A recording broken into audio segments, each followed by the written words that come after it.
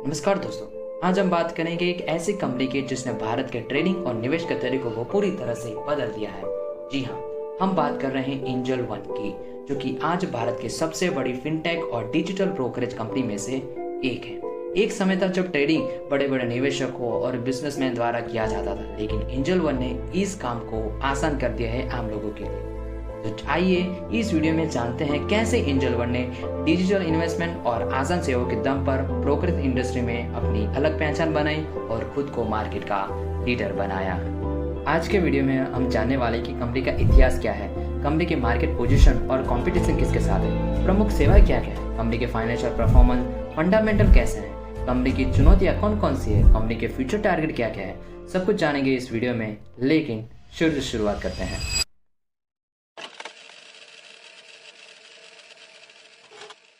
एक कंपनी में बहुत बड़ा ट्रांसफॉर्मेशन आ रहा है टेक्नोलॉजी का इस्तेमाल कस्टमर एक्विजिशन में, सर्विस डिलीवरी में और with in the company also. मैं बात कर रहा हूँ एंजल वन की। एंजल वन शुरुआती जो गिरावट है उससे रिकवरी की कोई कोशिश नहीं हो रही है और शेयर अब भी करीब 6-7% नीचे ये ट्रेड कर रहा है।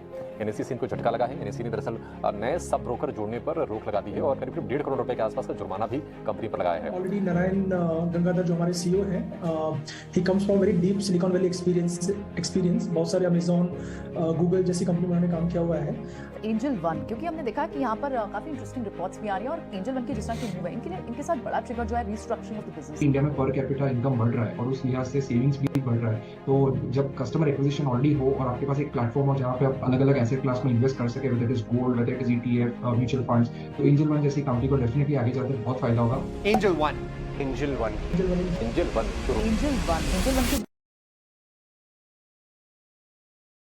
वन की शुरुआत 1996 में दिनेश ठक्कर द्वारा की गई थी। उस समय इसे एंजल वन के नाम से नहीं, लेकिन एंजल ब्रोकिंग के नाम से जाना जाता था। दिनेश ठक्कर का उद्देश्य था कि एक ऐसी कंपनी बनाए जो लोगों के लिए स्टॉक मार्केट में निवेश को आसान और इजी टू यूज बनाए। एंजल ब्रोकिंग ने अपनी यात्रा ऑफलाइन ब्रोकर के रूप में शुरू की थी। उस समय भारत में शेयर मार्केट में निवेश बड़े बड़े इन्वेस्टर और बिजनेसमैन द्वारा ही किया जाता था। 90s के अंत में और 2000 दशक के शुरुआत में एंजल ब्रोकिंग ने अपनी सेवा का विस्तार किया।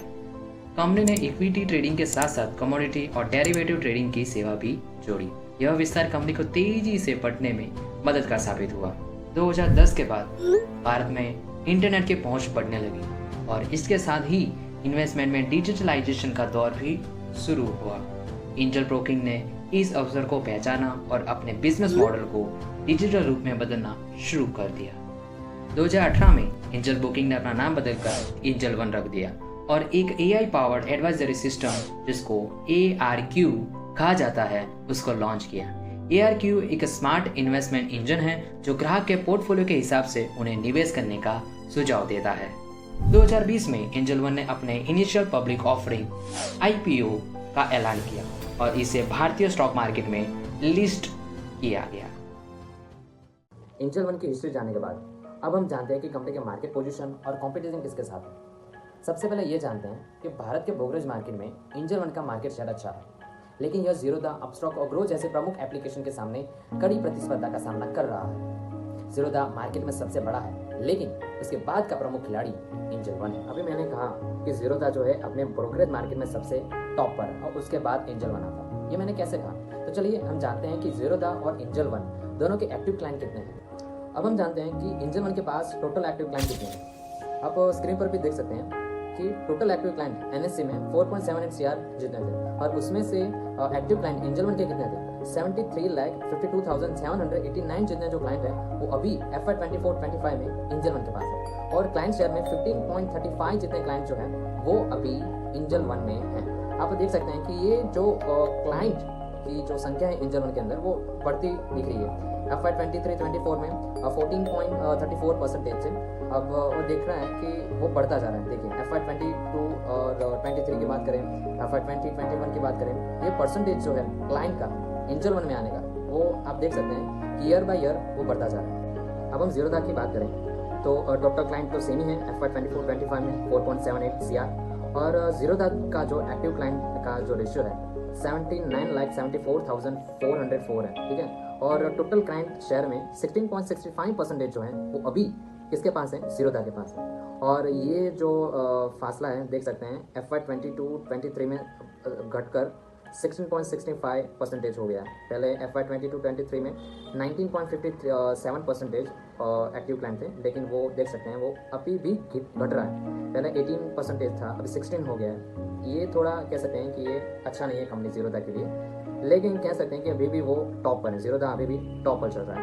एंजल वन सेकंड पोजीशन में और फर्स्ट पोजीशन में ज़ीरोधा चल रहा है। 79,73,404 जितने क्लाइंट जो हैं वो अभी फिलहाल FY24-25 में ज़ीरोधा के पास हैं और क्लाइंट शेयर में इसका रेशियो 16.65% है।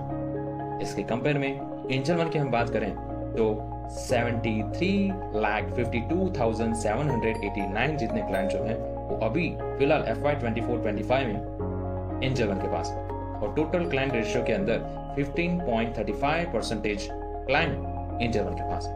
तो आप कंपेयर कर सकते हैं कि अभी फिलहाल FY24-25 में कौन क्लाइंट के मामले में आगे चल रहा है। अब हम कंपनी के प्रमुख सेवाएं की बात करें तो सबसे पहली प्रमुख सेवा है उसकी equity trading. Basically equity trading में इसके लिए तो कंपनी जानी जाती है। इसके अंदर क्या होता है कि जो शेयर मार्केट के अंदर जो लिस्टेड जो स्टॉक है उसकी आप बाइंग और सेलिंग एंजल वन के थ्रू आप कर सकते हैं। Second major service commodity trading. इस सेवा के माध्यम से यूजर जो हैं वो कमोडिटी मार्केट के अंदर भी ट्रेडिंग कर सकते हैं। कि सबसे पहले बेसिकली समझते हैं कि कमोडिटी ट्रेडिंग क्या होती है। Commodity trading a market place for buying and selling and trading raw material और primary products. Third major service mutual fund. Angel One अपने प्लेटफॉर्म के माध्यम से विभिन्न म्यूचुअल फंड योजना में निवेश करने का अवसर देता है। और पोर्टफोलियो मैनेजमेंट सर्विस। कंपनी अपने ग्राहकों के लिए पोर्टफोलियो मैनेजमेंट सर्विस भी प्रोवाइड करती है। इसमें बेसिकली क्या होता है कि भाई जो कंपनी जो है आपके पास जो पोर्टफोलियो होगा, पोर्टफोलियो के अंदर जितने भी आपके स्टॉक होंगे उसको आप कैसे अच्छी तरह से कह सकते हैं कि मैनेज कर सकते हैं, उसकी सर्विस भी कंपनी द्वारा दी जाती है। कंपनी की चुनौतियां कौन कौन सी है? सबसे पहली चुनौती बढ़ती प्रतिस्पर्धा। क्या आप देख सकते हैं कि एंजल वन के सामने कितने अदर ब्रोकरेज ऐप आ गए हैं, तो कह सकते हैं कि बढ़ती प्रतिस्पर्धा का सामना करना वो एक चुनौती है। सेकंड चुनौती ये टेक्नोलॉजी में निरंतर अपडेट लाता रहना। ये टेक्नोलॉजी में जो भी अपडेट आए वो समय बाय समय उसको अपनाना। और थर्ड जो चुनौती है ग्राहकों को समय समय पर बेहतर सुविधा प्रदान करना। और फोर्थ जो चुनौती है ग्राहकों को जो ग्राहक हमारे पास आए उसको बनाए रखना, क्योंकि ग्राहक तो जितना अच्छा ऑफर मिलेगा वहाँ पर रहेंगे। जो ग्राहक को अच्छा ऑफर एंजल वन में मिलेगा तो एंजल वन में रहेंगे। जो ग्राहक को अच्छा ऑफर अदर ब्रोकरेज ऐप द्वारा मिलता होगा तो वहाँ पर शिफ्ट हो जाएंगे। तो जो ग्राहक अभी एंजल वन में हैं उनको बनाए रखना वो भी एक कंपनी के लिए क्या है, चुनौतियाँ बन गई है।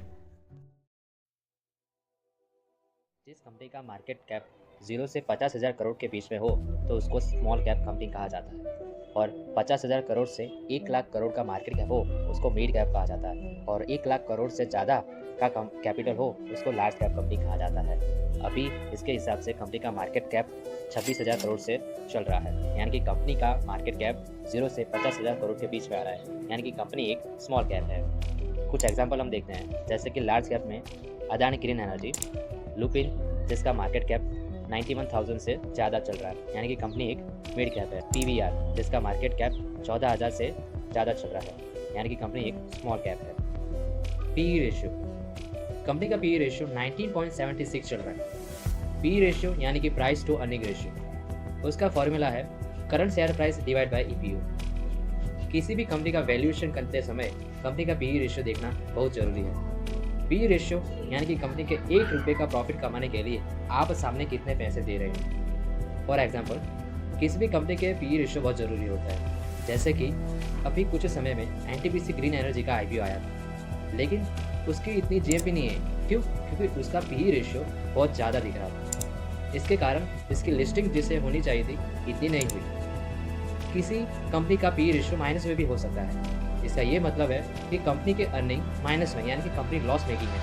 जैसे कि VI इंडस्ट्री PE, कंपनी का इंडस्ट्री PE 18.4 चल रहा है, यानी कि कंपनी जिस सेक्टर में है उस सेक्टर में जो PE रेशियो चल रहा है वो 18.04 चल रहा है, यानी कि इसके कंपेयर में कंपनी किस स्थान पर चल रही है। यानी कि कंपनी का अभी का फिलहाल का रेशियो 19.76 PE है, लेकिन इंडस्ट्री का PE 18.04 है। तो इसके दो मीनिंग हो सकते हैं। पहला मीनिंग कि कंपनी अपने इंडस्ट्री पे भी आगे चल रहा है, या फिर कंपनी जो है ओवर वैल्यूड है क्योंकि वो इंडस्ट्री PE से आगे चल रहा है।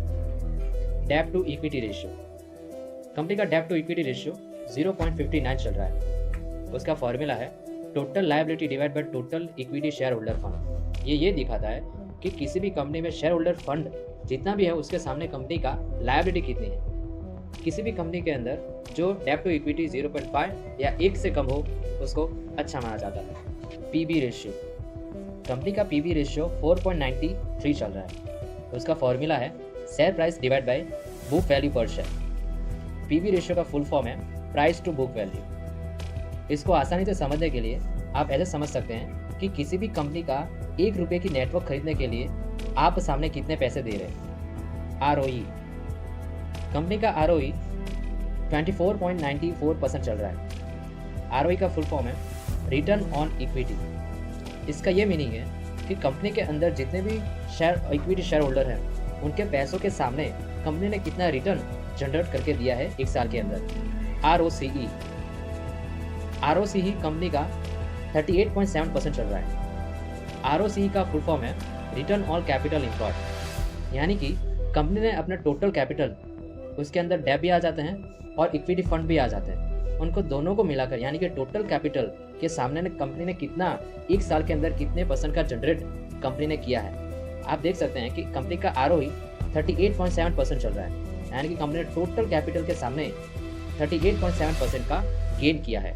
डिविडेंड, कंपनी का डिविडेंड 1.12% चल रहा है, यानी कि कंपनी ने अब तक 1.12% का डिविडेंड शेयर होल्डर को दिया है। कंपनी ने अभी लास्ट 23 जनवरी 2024 में पर शेयर 12.7 रुपीज़ का डिविडेंड दिया था।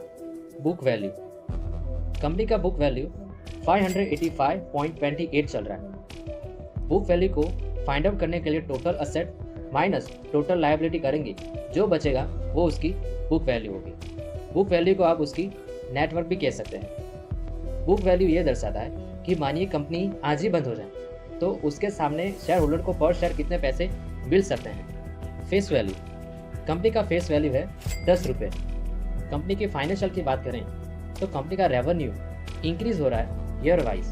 आप 2024 की बात करें, 2023 की बात करें, कंपनी का रेवेन्यू बढ़ रहा है। प्रॉफिट की बात करें, प्रॉफिट भी इंक्रीज हो रहा है। साल दर साल कंपनी का प्रॉफिट जो है वो इंक्रीज हो रहा है। ऐसे ही कंपनी का नेटवर्क भी इंक्रीज हो रहा है, जो कंपनी के लिए अच्छी बात है।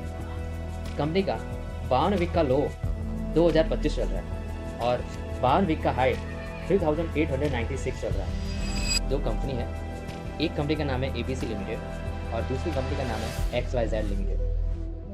ABC लिमिटेड का टर्नओवर है 10 लाख रुपए और XYZ लिमिटेड का टर्नओवर है 8 लाख रुपए। तो अब आपसे मैं पूछूं कि इन दोनों में से बेटर कौन है, तो मोस्ट ऑफ लोग ये कहेंगे कि ABC लिमिटेड बेटर है क्योंकि उसका टर्नओवर ज़्यादा है, XYZ लिमिटेड से ज़्यादा है। अब मैं इसके अंदर ट्विस्ट लाऊं, अब मैं आपसे कहूँ कि ABC लिमिटेड का जो टर्नओवर है वो 10 लाख तो है ही, लेकिन उसके ऊपर कंपनी का एक्सपेंडिचर 5 लाख है और XYZ लिमिटेड का एक्सपेंडिचर 2 लाख रुपए है। तब कंपनी के पास, ABC कंपनी के पास अब 5 लाख रुपए बचे और XYZ लिमिटेड के पास अभी 6 लाख रुपए बचे। तो अब मैं आपसे पूछूं कि ABC लिमिटेड अच्छी है या XYZ लिमिटेड अच्छी है, तब आपका डिसीजन चेंज हो जाएगा। अब आप कहेंगे कि XYZ लिमिटेड अच्छी है क्योंकि उसके पास ज़्यादा पैसे हैं। इसके अंदर मैं और ट्विस्ट लाऊं, ABC लिमिटेड के पास 2 लाख की लोन है और XYZ लिमिटेड के पास 4 लाख की लोन है। तो ABC लिमिटेड के पास पैसे बचे 3 लाख और XYZ लिमिटेड के पास पैसे बचे अब 2 लाख रुपए। तो अब मैं आपसे पूछूं कि कौन बेटर है, तो मोस्ट ऑफ लोग ये कहेंगे कि अब ABC लिमिटेड अच्छी है। इसी तरह कंपनी के अंदर भी यही होता है। कंपनी के अंदर किसी एक चीज़ को देखकर आप इसके अंदर इन्वेस्ट करने का नक्की नहीं कर सकते। इसी तरह किसी भी कंपनी के अंदर इन्वेस्ट करने से पहले कंपनी की सारे फंडामेंटल, सारी लो स्ट्रेंथ जानकर उसके अंदर इन्वेस्ट करना चाहिए। किसी एक पर्टिकुलर चीज़ को देखकर कंपनी के अंदर इन्वेस्ट नहीं करना चाहिए। लास्टली अगर हम कंपनी के फ्यूचर टारगेट की बात करें तो कंपनी के अनुसार कंपनी कहती है कि 2024 के अंत तक कंपनी के शेयर प्राइस 3646 तक जा सकता है, 2025 के अंत तक 4947 तक जा सकता है, 2026 के अंत तक 5288 तक जा सकता है, 2027 के अंत तक 6570 तक जा सकता है, 2028 तक 7980 तक जा सकता है, 2029 8271, 2030 9620 तक जा सकता है। तो देख सकते हैं कि कंपनी जो है लॉन्ग टर्म के लिए बहुत बढ़िया है। शॉर्ट टर्म के अंदर कुछ भी हो सकता है, कंपनी के शेयर प्राइस घट सकते हैं, बढ़ सकते हैं, लेकिन हाँ एक बात हम कह सकते हैं कि कंपनी जो है लॉन्ग टर्म के बेस पर ये बहुत ही अच्छा स्टॉक शेयर माना जाएगा।